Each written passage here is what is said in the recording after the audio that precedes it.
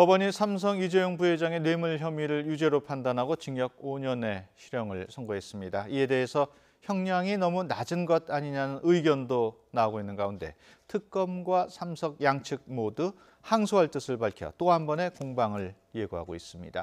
취재기자 연결해서 자세한 내용 알아봅니다. 김태민 기자. 네, 서울중앙지방법원입니다. 네, 우선 징역 5년형에 대한 의견이 분분한데 법원의 판단 이유와 근거 설명을 좀 해주시죠.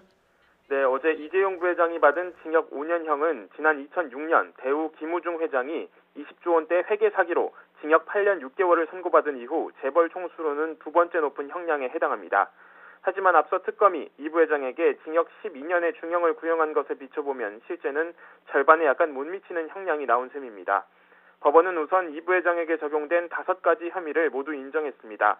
하지만 특검이 구형의 기준으로 정한 재산 국외도피 혐의 가운데 일부가 인정되지 않으면서 형량에도 결정적 영향을 미치게 됐습니다.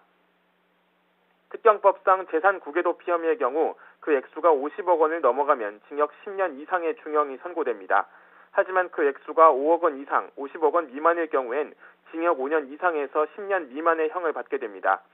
재판부는 당시 삼성이 최순실 씨 측에 해외 계좌로 건넨 승마 지원금 79억 원 가운데 37억 원만을 유죄로 봤습니다. 또 횡령 액수 또한 징역 5년 이상형에 해당하는 81억 원이라고 판단했습니다.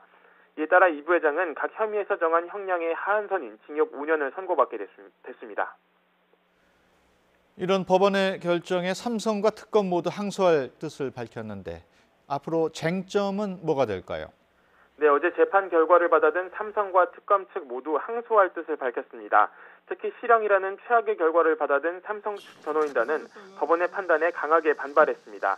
특히 이번에 이 부회장이 받은 징역 5년은 유죄로 인정된 혐의로 받을 수 있는 최저형에 해당합니다. 이에 따라 앞으로 진행될 2심에서는 이 부회장의 혐의 가운데 핵심 쟁점인 뇌물 자체를 무죄로 이끌어내는 데 집중할 전망입니다. 형량의 기준이 된 재산 국외도피, 횡령 혐의 모두 뇌물죄가 유죄로 인정되면서 줄줄이 파생됐기 때문입니다. 이에 대해 특검 측은 재판부의 판단을 담담히 받아들인다면서도 마찬가지로 항소할 뜻을 밝혔습니다.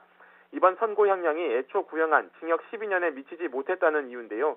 그러면서 상식에 부합하는 중형이 부과될 수 있도록 최선을 다하겠다고 강조했습니다. 양측 모두 이처럼 각자 항소 이유를 분명히 한 만큼 2심 재판 역시 그 법정 공방은 치열하게 전개될 전망입니다. 지금까지 서울중앙지방법원에서 YTN 김태민입니다.